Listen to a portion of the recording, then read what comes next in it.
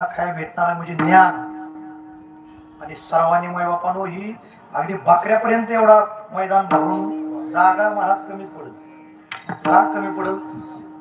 आमच्या खुडूस परिसरामध्ये मी सुरुवातीला असं वाटत होतं, पण पुन्हा जागा बकऱ्यांचा वाघ पलीकडे टाकावी लागली अशा परिस्थिती होती. म्हणून मायबापानो भगवंताचं नाम हे सार आहे. म्हणून बाकीचा विचार करू नका, भगवंताचं नाम चिंतन घ्या. बोला बोला भगवंत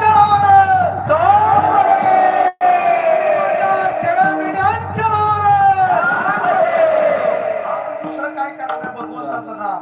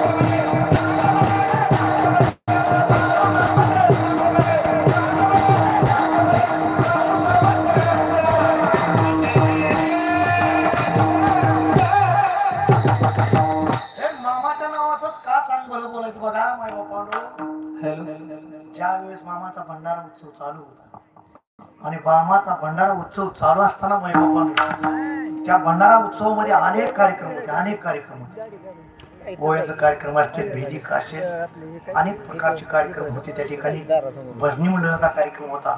परंतु मायबापानो त्या ठिकाणी नामांकित असा कर्नाटक परिसरातील कीर्तनकार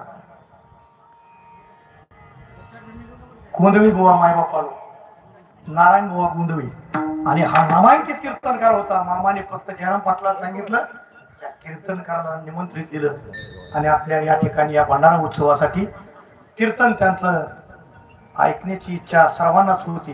कारण प्रख्यात कीर्तनकार असल्यानंतर ऐकावं असं वाटतं. आणि मायबापांनो जयराम पाटील त्या ठिकाणी गेलं आणि गेल्यानंतर त्या नारायण गोंधळ्यांना मायबापांनो त्या ठिकाणी निमंत्रित केलं आणि सांगितलं, ह्या बसला आवाज आहे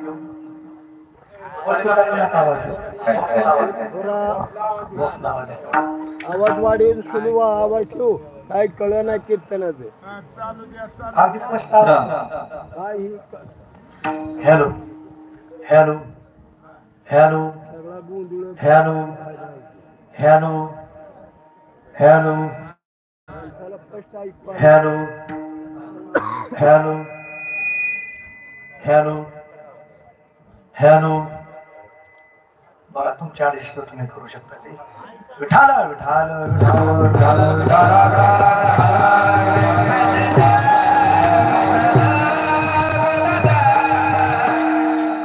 जयराम पाटील त्या ठिकाणी गेला आणि नारायण गोंधळ्यांना निमंत्रित केलं. दर्शन घेतलं त्या कीर्तनकाराचं आणि सांगितलं, मामाने तुम्हाला भंडारा उत्सवासाठी कीर्तनासाठी बोलावलंय. एवढं कानाने ऐकलं मायबापानं. मी फक्त नामाविषयी सांगून जाईन आज. त्या नारायण गोंधळ्यांनी घशाला हात लावला आणि कसा बसा आवाज काढला आणि सांगितलं, प्रख्यात कीर्तनकार होतो तेव्हा असाच ठेवा आवाज.